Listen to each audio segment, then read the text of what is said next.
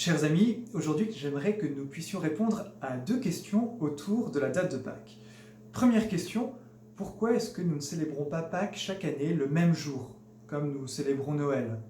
Et puis deuxième question, pourquoi est-ce que nous ne célébrons pas Pâques en même temps que les orthodoxes? Parce que cette année les orthodoxes célébreront Pâques le 19 avril. Alors pour répondre à la première question, pourquoi est-ce que nous ne célébrons pas Pâques un jour fixe, comme le 25 décembre? Eh bien, il faut nous rappeler que la résurrection fait référence à un événement qui est la résurrection du Christ. C'est cet événement de la résurrection qui fonde historiquement cette fête de Pâques. Et cette résurrection du Christ, ce dimanche de Pâques, se situe, il y a 2000 ans, dans le contexte d'une fête juive.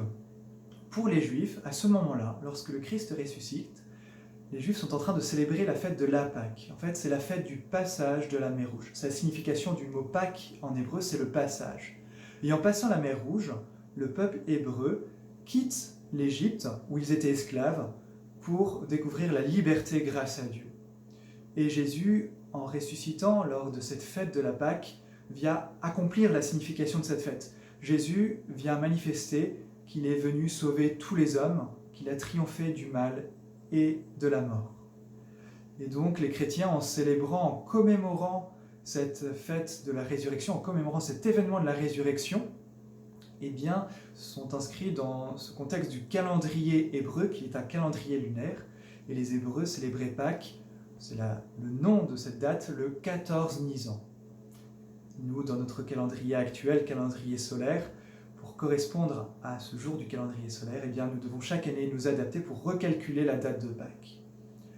Ensuite, réponse à la deuxième question, pourquoi est-ce que nous ne célébrons pas Pâques en même temps que les orthodoxes?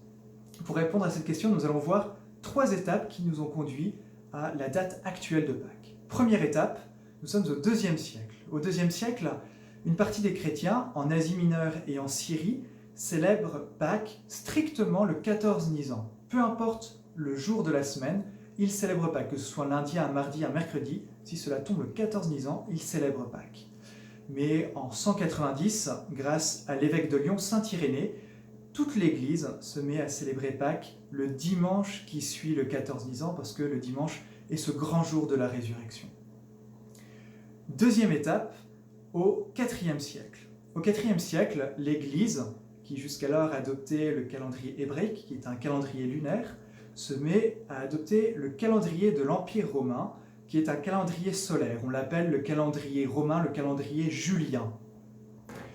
Et pour faire correspondre la date de Pâques du calendrier lunaire dans le calendrier solaire, eh bien on effectue un calcul savant. Alors pour la petite explication, Pâques, la date de Pâques est donc fixée le dimanche qui suit la première lune après l'équinoxe de printemps. Cela situe la date de Pâques entre le 19 avril et le 19 mars et le 22 avril. C'est comme ça qu'on calcule la date de Pâques dans le nouveau calendrier. Ce n'est pas très important, mais cela nous permettra de comprendre la troisième étape. Troisième évolution de la date de Pâques, cette troisième évolution a lieu au XVIe siècle, lorsque Grégoire XIII change le calendrier. En effet, l'Église est en train de remarquer les faiblesses du calendrier julien, parce que le calendrier julien, tous les 134 ans, retarde d'un jour par rapport au Soleil. Il y a un décalage qui s'effectue entre la course de la Terre autour du Soleil et la date du calendrier. Et ainsi, en 16 siècles, la date de Pâques s'est décalée de 10 jours vers l'été. Alors pour remédier à ce décalage entre le Soleil et le calendrier, eh bien, le pape Grégoire XIII, en 1582, va rénover le calendrier pour l'ajuster à la course du Soleil.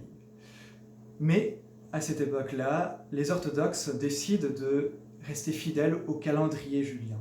Aujourd'hui, nous continuons de vivre sous ce calendrier de Grégoire XIII. C'est ce qui nous permet de fixer la date de Pâques telle que nous l'avons aujourd'hui. Mais les orthodoxes ont décidé de suivre le calendrier julien. C'est pour ça que nous n'avons pas, orthodoxes et chrétiens latins, la même date de Pâques. Voilà, j'espère que cette petite explication vous aura aidé à mieux comprendre cette date de Pâques, de répondre à ces deux questions. Je vous souhaite une très bonne octave de Pâques, un très bon temps pascal, et à très bientôt.